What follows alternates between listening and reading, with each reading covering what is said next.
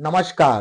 আমি পাপ্পু সিং, সিং কনসালটেন্সি টালিগঞ্জ কলকাতা থেকে বলছিলাম।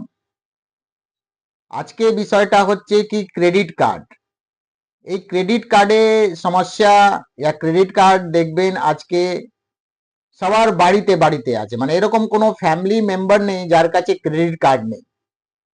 তো আমরা কি করি, ব্যাংক আমাকে 2 লাখ টাকা, 1 লাখ টাকা, 3 লাখ টাকা, 5 লাখ টাকা, 10 লাখ টাকা, যা যেরকম প্রোফাইল আমাকে লিমিটটা দিয়েছে, আমরা ওইটাকে 10 দিন মধ্যে, 1 মাস মধ্যে, 2 মাস মধ্যে ওইটাকে শেষ করে ফেলি, মানে ইউটিলাইজ করি, খরচা করে দিই।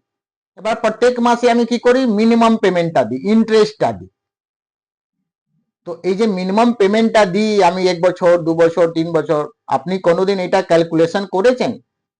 কোনোদিন আপনি ব্যাংক থেকে স্টেটমেন্টটা চেয়েছেন? ব্যাংক দেবে না। কেন? আপনি দেখবেন আপনার যা লিমিট আছে তার থেকে অনেক টাকা আপনি ইন্টারেস্ট ব্যাংকে দিয়ে দিয়েছেন। এটা ব্যাংকের সবচেয়ে বড় প্রফিট ব্যবসা। 100% ব্যাংকও এই জিনিসটাকে জানে।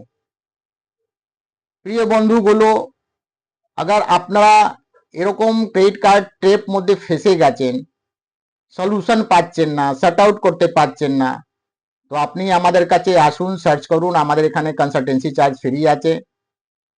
কেন মিনিমাম পেমেন্ট কোনো সলিউশনটা নেই? কেন কোম্পানি ব্যাংক আমাকে একবার লিমিট দিয়েছে, আমি খরচা করে ফেলেছি, প্রত্যেক মাসে মিনিমাম পেমেন্টটা দিচ্ছি, আবার কোথাও থেকে আমার কাছে টাকা আসলো, আমি কার্ডের ভিতরে রেখেছি, ওই টাকাটা আমি ইউটিলাইজটা করি, নতুন করে কোম্পানি তো আমার লিমিট বাড়ায় না। তো এইটা আপনি ধ্যান রাখবেন। আমরা কখন জানি, যখন আমাদের ফিনান্সিয়াল ক্রাইসিস হয় তখন আমরা ক্যালকুলেশনটা করি। তার থেকে আপনি কোনোদিন হিসাব দেখেছেন?